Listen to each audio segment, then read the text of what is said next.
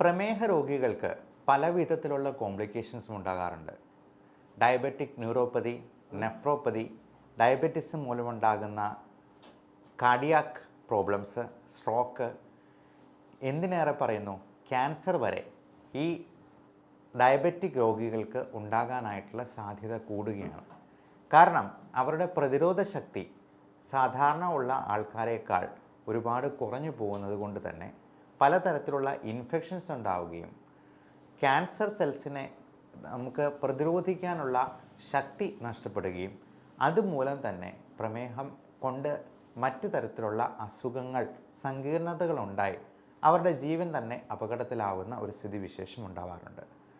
എന്നാൽ ഈ പ്രമേഹത്തിൻ്റെ കൂടെ തന്നെ അനിയന്ത്രിതമായിട്ട് ഫുഡിനോടുള്ള ക്രേവിങ്, ഭയങ്കരമായിട്ട് ഭക്ഷണം കഴിക്കണമെന്ന് തോന്നുക, വിശപ്പ് കൂടുക, ദാഹം കൂടുക, മൂത്രമൊഴിക്കാൻ ഇടയ്ക്കിടയ്ക്കെല്ലാം തോന്നുക, അതിൻ്റെ കൂടെ തന്നെ പാക്ക് ആൻഡ് പാഴ്സലായിട്ട് ഫാറ്റി ലിവറും ഹൈപ്പർ ടെൻഷനും കൊളസ്ട്രോളും എല്ലാം ഉണ്ടാവുകയും നമ്മുടെ ജീവിതം തന്നെ വളരെ നരകതുല്യമാകുന്ന ഒരു സ്ഥിതിവിശേഷം ഉണ്ടാവുകയും ചെയ്യുന്നു. നമുക്ക് എന്ത് ചെയ്തെന്നാൽ ഈ പ്രമേഹത്തെ ഒന്ന് പിടിച്ചു നിർത്താനായിട്ട് കഴിയും?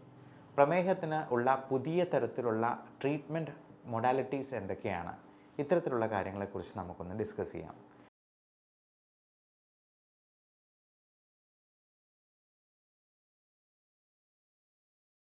പ്രമേഹം എന്ന് പറയുന്നത് നമ്മൾ വളരെ ശ്രദ്ധിച്ച് അതിനെ കൺട്രോൾ ചെയ്തു പോയെന്നാൽ ഒരു കുഴപ്പവും ഉണ്ടാക്കാത്ത ഒരു അസുഖമാണ്. പക്ഷേ അവനെ നമ്മൾ നിയന്ത്രിച്ചില്ല എന്നുണ്ടെങ്കിൽ ഇത്രയ്ക്കും മുരഞ്ഞൊരു അസുഖം വേറെ ഇല്ല എന്ന് തന്നെ പറയാം. പ്രമേഹത്തിന് ഇപ്പോൾ അലോപ്പതിയിൽ ഏറ്റവും പുതിയ തരത്തിലുള്ള മരുന്നുകളുണ്ട്. നമ്മുടെ കിഡ്നിക്കോ ഹാർട്ടിനോ ഒക്കെ ഒരു പ്രശ്നം ഉണ്ടാക്കത്തില്ല എന്ന് മാത്രമല്ല, അതിന് എക്സ്ട്രാ പ്രൊട്ടക്ഷൻ കൊടുക്കുന്ന, നമുക്ക് എക്സസ് ആയിട്ടുള്ള ഷുഗർ മൂത്രത്തിലൂടെ പുറന്തള്ളുന്ന SGLT2 ഇൻഹിബിറ്റേഴ്സ്, DPP4 ഇൻഹിബിറ്റേഴ്സ് എന്ന് പറയുന്ന പുതിയ തരത്തിലുള്ള മരുന്നുണ്ട്. ചിലപ്പോൾ നിങ്ങൾ കഴിച്ചുകൊണ്ടിരിക്കുന്ന മരുന്നുകൾ തന്നെ ഒന്ന് നോക്കിയെന്നാൽ അറിയാം. സിറ്റാഗ്ലിപ്റ്റിൻ, ടെൻലിഗ്ലിപ്റ്റിൻ, വിൽഡാഗ്ലിപ്റ്റിൻ തുടങ്ങിയ മരുന്നുകൾ, അതുപോലെ ഡാപ്പാഗ്ലിഫോസിൻ, എംപാഗ്ലിഫോസിൻ എന്ന അതിൻ്റെ മോളിക്യൂൾ നെയിം നോക്കിയെന്നാൽ നമുക്കറിയാം. ഇത്തരത്തിലുള്ള മരുന്നുകൾ ഇത് കോമ്പിനേഷനായിട്ടും കൊടുക്കാറുണ്ട്. ഇവർ രണ്ടും നമുക്ക് കിഡ്നിക്കും ഹൃദയത്തിനും കൂടുതലായിട്ട് പ്രൊട്ടക്ഷൻ കൊടുക്കും എന്ന് മാത്രമല്ല, കിഡ്നി ഫെയിലിയർ ആയിട്ടുള്ള പേഷ്യൻസിന് പോലും വളരെ സേഫായിട്ട് കൊടുക്കാവുന്ന തരത്തിലുള്ള മരുന്നുകളാണ്. അപ്പോൾ ഇത്തരത്തിലുള്ള മരുന്നുകൾ നിങ്ങളുടെ മരുന്നിൽ ഉൾപ്പെട്ടിട്ടില്ല എങ്കിൽ നിങ്ങളുടെ ഡോക്ടറോട് ചോദിക്കുക. കാരണം ഒരുപക്ഷെ അത് വില കൂടുതലായതുകൊണ്ടോ അല്ലെങ്കിൽ അത്തരത്തിലുള്ള മരുന്നുകൾ നിങ്ങൾക്ക് ആവശ്യമില്ല എന്ന് ഡോക്ടർ കരുതുന്നതുകൊണ്ടാണോ എന്നുള്ളത് ചോദിച്ച് ഉറപ്പിക്കേണ്ടതുണ്ട്. ഈ തരത്തിലുള്ള മരുന്നുകൾ ഉപയോഗിക്കുകയും നമ്മൾ കൃത്യമായിട്ടുള്ള ഇടവേളകളിൽ HbA1c ലെവൽ 3 മാസത്തിലൊരിക്കലെങ്കിലും ഒന്ന് പരിശോധിച്ച് അത് 7-ൽ താഴെയാണ് എന്ന് ഉറപ്പുവരുത്തുകയും ചെയ്യുന്നാൽ ഡയബറ്റീസ് നമ്മൾ ഒരു തരത്തിലും ഉപദ്രവിക്കുകയില്ല. അതേപോലെ നമ്മൾ ഭക്ഷണത്തിലും വ്യായാമത്തിലും പ്രത്യേകമായിട്ട് ചില നിഷ്ഠകൾ പുലർത്തേണ്ടതുണ്ട്.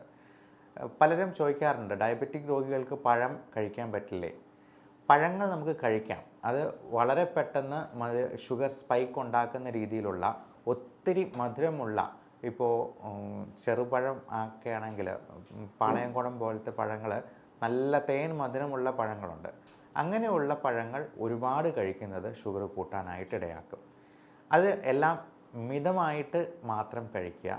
ഈ ബെറീസ് ആയിട്ടുള്ള ഫ്രൂട്ട്സ്, അധികം മധുരമില്ലാത്ത രീതിയിലുള്ള, ഇപ്പോൾ ആപ്പിൾ ആണെങ്കിലും അല്ലെങ്കിൽ ഒട്ടും മധുരമില്ലാത്ത കുക്കുംബർ പോലുള്ള ഫ്രൂട്ട്സ് ഗണത്തിൽപ്പെടുന്ന ചില പഴങ്ങളുണ്ട്. ഇതെല്ലാം ധാരാളമായിട്ട് നമുക്ക് കഴിക്കാം. ഏറ്റവും നല്ല ഒരു ഫ്രൂട്ടാണ് പേരയ്ക്ക. നമുക്ക് നമ്മുടെ തൊടിയിൽ തന്നെ കിട്ടാവുന്ന ഒരു തരത്തിലുള്ള വിഷാംശവും ഇല്ലാത്ത പേരയ്ക്ക വൈറ്റമിൻ C സമ്പുഷ്ടമാണ്. മാത്രമല്ല ഇതിൻ്റെ ഗ്ലൈസെമിക് ഇൻഡെക്സ് വളരെ കുറവാണ്. അത് വളരെ സ്ലോ ആയിട്ട് മാത്രമേ നമ്മുടെ ഗ്ലൂക്കോസ് ലെവലിൽ അല്പമെങ്കിലും വ്യതിയാനം വരുത്തത്തുള്ളൂ. എന്നുള്ളത് കൊണ്ട് ഒരു പേരയ്ക്ക എല്ലാ ദിവസവും ഷുഗർ പേഷ്യൻസിനും കഴിക്കാവുന്നതാണ് എന്നുള്ളതാണ്. അതേപോലെ അധികം ഷുഗർ സ്പൈക്ക് ഉണ്ടാക്കാത്ത രീതിയിൽ നമുക്ക് നേന്ത്രക്കായ, ഏത്തപ്പഴം, അധികം പഴുത്ത് പോകാത്ത ഏത്തപ്പഴം നമുക്ക് പുഴുങ്ങി രാവിലെ ഒരു ഹാഫായിട്ട് കഴിക്കാവുന്നതാണ്. പലപ്പോഴും ചോദിക്കാറുള്ള ഒരു ഡൗട്ടാണ് ഈ മുട്ടയുടെ മഞ്ഞ കഴിച്ചെന്നാൽ കൊളസ്ട്രോൾ കൂടുമോ എന്നുള്ളത്. നമ്മൾ ആഴ്ചയിൽ 3 മുട്ടയുടെ മഞ്ഞ, എഗ് യോക്ക് വരെ കഴിക്കാവുന്നതാണ്. അതിൽ കൂടുതൽ കഴിക്കുന്നത് ചിലപ്പോൾ കൊളസ്ട്രോളും ട്രൈഗ്ലിസറൈഡും കൂടാൻ ഇടവരുത്തും എന്നുള്ളത് കൊണ്ട് ഡയബറ്റിക് ആയിട്ടുള്ള രോഗികൾക്ക് അത് റെക്കമെൻഡ് അല്ല. അതേപോലെ നമ്മൾ ഈ പഞ്ചസാര പോലെ തന്നെ വളരെ ഹാനികരമായിട്ടുള്ളൊരു സാധനമാണ് ഈ വെളുത്ത അരി. നമ്മുടെ കാപ്പിക്കും ബ്രേക്ക്ഫാസ്റ്റിനും ഉച്ചയ്ക്ക് ചിലപ്പോൾ ചോറിനും വൈകിട്ട് കഴിക്കുന്ന പലഹാരത്തിലും ഏറ്റവും അവസാനം കഴിക്കുന്ന അത്താഴത്തിനും നമ്മൾ ഇപ്പോൾ വാങ്ങിക്കുന്ന ചപ്പാത്തി ആണെന്നുണ്ടെങ്കിൽ പോലും അത് വളരെ റിഫൈൻഡ് ആയിട്ടുള്ള തവിടൊട്ടും ഇല്ലാത്ത ഒരു ഫ്ലോറിൽ നിന്നാണ് ചപ്പാത്തിയൊക്കെ ഉണ്ടാകുന്നത്. അതുകൊണ്ട് തന്നെ ചോറ് മാറ്റി ചപ്പാത്തി ആക്കുന്നതുകൊണ്ട് പ്രത്യേകിച്ച് ഗുണമൊന്നും ആർക്കും കിട്ടാറില്ല. നമ്മൾ ചെയ്യേണ്ടത് ഇതിനകത്ത് ഒരു പ്ലേറ്റ് മെത്തേഡ് ശീലിക്കുക എന്നുള്ളതാണ്. അതായത് ഒരു പ്ലേറ്റ് എടുത്തെന്നാൽ അതിൻ്റെ 1/4 പോർഷൻ മാത്രം കാർബോഹൈഡ്രേറ്റ് എടുക്കുക, 1/4 പ്രോട്ടീൻ ആയിരിക്കണം, 1/4 വെജിറ്റബിൾസ്, ബാക്കി 1/4 ഫ്രൂട്ട്സ്, അതും അധികം മധുരമില്ലാത്തത്. എന്നിട്ട് നമ്മൾ ഒരുപാട് വണ്ണമുള്ള ആൾക്കാരാണെന്നുണ്ടെങ്കിൽ ഭക്ഷണത്തിന് മുൻപ് തന്നെ 2-3 ഗ്ലാസ് വെള്ളം കുടിച്ചതിന് ശേഷം അല്പം സാലഡും ഫ്രൂട്ട്സും കഴിച്ചതിന് ശേഷം നമ്മൾ മറ്റ് ഭക്ഷണത്തിലേക്ക് കിടക്കുക. കാർബോഹൈഡ്രേറ്റ്സും പ്രോട്ടീൻസും ഏറ്റവും അവസാനത്തേക്ക് വെക്കുകയാണെങ്കിൽ നമുക്ക് വിശപ്പ് പകുതി ഒന്ന് സപ്രസ് ചെയ്തതിന് ശേഷം നമുക്ക് ഈ പറയുന്ന കാർബോഹൈഡ്രേറ്റ്സ് കഴിക്കാവുന്നതാണ്. ഇനി മധുരത്തോട് ഭയങ്കരമായിട്ടുള്ള ക്രേവിങ്സ് ഉള്ളവരുണ്ട്. ഇപ്പോൾ ഒരു കാപ്പിയോ ചായയോ ഒക്കെ നമുക്ക് മധുരമില്ലാതെ കഴിക്കാൻ പറ്റുന്നില്ല എന്ന് തോന്നുന്നവരുണ്ടെന്നുണ്ടെങ്കിൽ അവർക്ക് ട്രൈ ചെയ്യാവുന്ന ഒരു കാര്യമാണ് സ്റ്റീവിയ. അത് മധുര തുളസി എന്നൊക്കെ മലയാളത്തിൽ പറയാറുണ്ട്. സ്റ്റീവിയയുടെ പൗഡറായിട്ട് നമുക്കിപ്പോൾ വിപണിയിൽ ലഭ്യമാണ്. അല്ലെങ്കിൽ ഇതിൻ്റെ ഇല ആയിട്ട് തന്നെ നമുക്ക് നാച്ചുറലായിട്ട് തന്നെ കണ്ട് ബോധ്യപ്പെട്ട് വാങ്ങിക്കണമെന്നുണ്ടെങ്കിൽ അങ്ങനെ വേണമെങ്കിൽ അവൈലബിൾ ആണ്. അതിട്ട് തിളപ്പിച്ചെന്നാൽ നമുക്ക് ശരിക്കും ഷുഗറിൻ്റെ പോലെ തന്നെ മധുരം കിട്ടാനായിട്ടുള്ള സാധ്യതയുണ്ട്. അതുകൊണ്ട് നമുക്ക് ഈ സ്റ്റീവിയ പൗഡറിലോട്ട് മാറി ഉപയോഗിച്ചെന്നാൽ നമുക്ക് ഷുഗറിനോടുള്ള ക്രേവിങ്സും കൺട്രോൾ ചെയ്യാനായിട്ട് പറ്റും. അത്യാവശ്യം മധുരത്തോടു കൂടി തന്നെ കാപ്പി ചായയ്ക്ക് ഉപയോഗിക്കാം. പിന്നെ പാലിൻ്റെ ഉപയോഗത്തെ പറ്റി പലർക്കും ഒരു ധാരണയുണ്ട്. പാല് എന്ന് പറയുന്നത് അമ്മ പശു കിടാവിന് വേണ്ടി കരുതി വെച്ചിരിക്കുന്ന സാധനമാണ്. അപ്പോൾ നമുക്ക് ഒരു 10 വയസ്സിന് ശേഷം അത് നമ്മൾ മനുഷ്യർക്കാണെങ്കിലും അതുപോലെ ഈ പശു കുട്ടികൾക്കാണെങ്കിലും ഒരു പ്രായം കഴിഞ്ഞ് അമ്മയുടെ അടുത്ത് ചെന്ന് കഴിഞ്ഞിട്ടുണ്ടെന്നുണ്ടെങ്കിൽ പാൽ കുടിക്കാനായിട്ട് പോയി കഴിഞ്ഞാൽ അമ്മ പശു ചവിട്ടി ഓടിക്കും. അപ്പോൾ ഇങ്ങനെയുള്ളൊരു സാധനമാണ് നമ്മൾ 70-80 വയസ്സുള്ള അമ്മച്ചിമാരും അപ്പച്ചന്മാരും ഒക്കെ പാലായിട്ട് തന്നെ കുടിക്കുന്നത്. അത് നമ്മുടെ ശരീരത്തിന് പ്രത്യേകിച്ച് ഗുണമൊന്നും ചെയ്യത്തില്ല, ചിലപ്പോൾ ദോഷവും വരുത്തും എന്നുള്ളതുകൊണ്ട് പാലിൻ്റെ ഉപയോഗം മിതപ്പെടുത്തുക, 1-2 ചായയിൽ ഒതുക്കുക എന്നുള്ളതാണ് പറയാനുള്ളത്. എന്നാൽ വേറെ തരത്തിലുള്ള രോഗങ്ങളൊന്നും ഇല്ല, ഡയബറ്റിക് ആയിട്ടുള്ള ആൾക്കാരൊന്നും അല്ല എന്നുണ്ടെങ്കിൽ നമുക്ക് പാല് കുടിക്കുന്നത് കൊണ്ട് വേറെ പ്രശ്നമൊന്നുമില്ല. അത് തൈരാക്കി കുടിച്ചു കഴിഞ്ഞിട്ടുണ്ടെങ്കിൽ ലാക്റ്റിക് ആസിഡ് ബാസിലസും കൂടെ കൂടുതൽ കിട്ടും എന്നുള്ളൊരു പ്രയോജനം അതിനകത്തുണ്ട്. അതേപോലെ ഗ്യാസ്ട്രൈറ്റിസും അസിഡിറ്റിയും പ്രശ്നങ്ങളും ഒക്കെ ഉണ്ടാക്കാനായിട്ടുള്ള സാധ്യതയും ഈ പാലിനുണ്ട്. നമ്മൾ കഴിക്കുന്ന മരുന്നിൽ നിന്ന് പോലും ചിലപ്പോൾ ഗ്യാസ്ട്രൈറ്റിസ് ഉണ്ടാകാം. അപ്പോൾ ഈ മരുന്ന് ഭക്ഷണത്തിന് മുൻപാണോ ശേഷമാണോ കഴിക്കേണ്ടതെന്ന് പലരും സംശയം ചോദിക്കാറുണ്ട്. അത് പല മരുന്നുകളും പല രീതിയിലാണ്. മെറ്റ്ഫോമിൻ പോലുള്ള മരുന്നുകൾ ഭക്ഷണത്തിന് ശേഷം കഴിക്കാനായിട്ട് പറയുന്നത് ഇതിൻ്റെ ഗ്യാസ്ട്രൈറ്റിസും അസിഡിറ്റിയും മാറ്റി നിർത്താൻ വേണ്ടി ഉദ്ദേശിച്ചിട്ടുള്ളതാണ്.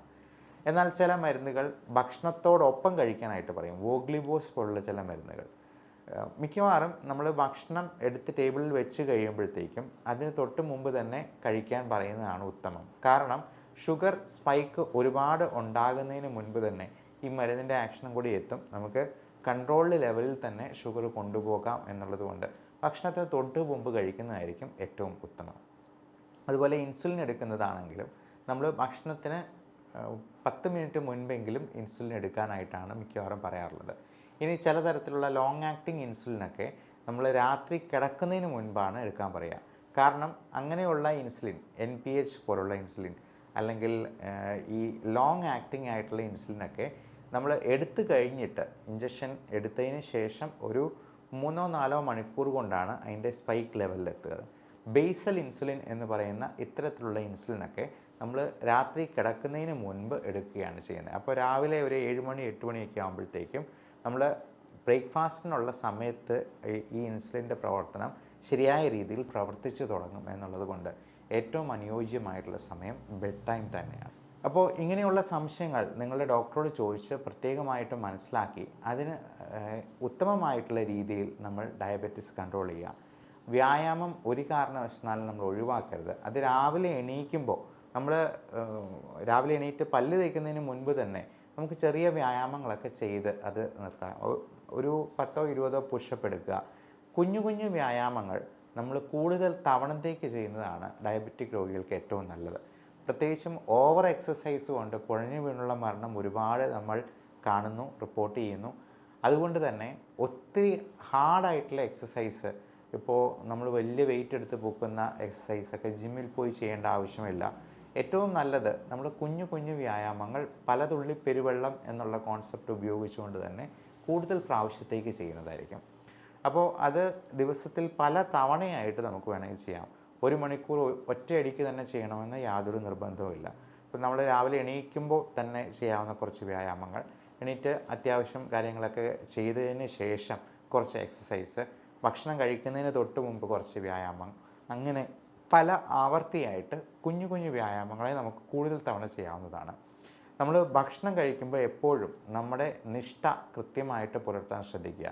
മിക്കവാറും ആൾക്കാരൊക്കെ 1-2 മാസമൊക്കെ നല്ലപോലെ ഡയറ്റ് ചെയ്തിട്ട് ഒരു കല്യാണമോ അല്ലെങ്കിൽ ഒരു ഫംഗ്ഷനോ ഒക്കെ പോയി നല്ലപോലെ മൃഷ്ടാന്ന ഭോജനം കഴിക്കുമ്പോഴത്തേക്കും അവരുടെ ഡയറ്റ് എല്ലാം പാടെ തെറ്റിപ്പോവുകയും ആ ഒരൊറ്റ ഭക്ഷണം കൊണ്ട് തന്നെ 500-1000 കാലറിയൊക്കെ ഉള്ളിലോട്ട് പോവുകയും അതുകൊണ്ട് തന്നെ ഷുഗർ ഒത്തിരി കൂടിപ്പോകാനും HbA1c ലെവലൊക്കെ 10-ന് മുകളിൽ പോയി നിൽക്കാനും ഒക്കെ കാരണമാകാറുണ്ട്. അപ്പോൾ ഈ ഒരു കാര്യവും പ്രത്യേകം ശ്രദ്ധിക്കുക. ഡയബറ്റീസ് ഞാൻ ആദ്യം പറഞ്ഞതുപോലെ ശ്രദ്ധിച്ച് മുൻപോട്ട് പോയെന്നാൽ അവനൊരു കുഴപ്പം ഉണ്ടാകത്തില്ല. അല്ലെങ്കിൽ ഇത്രയും മുറിഞ്ഞൊരു അസുഖം വേറെയില്ല. എല്ലാവർക്കും നല്ല ആരോഗ്യം ആശംസിക്കുന്നു. Love and regards, doctor Bipin Jose.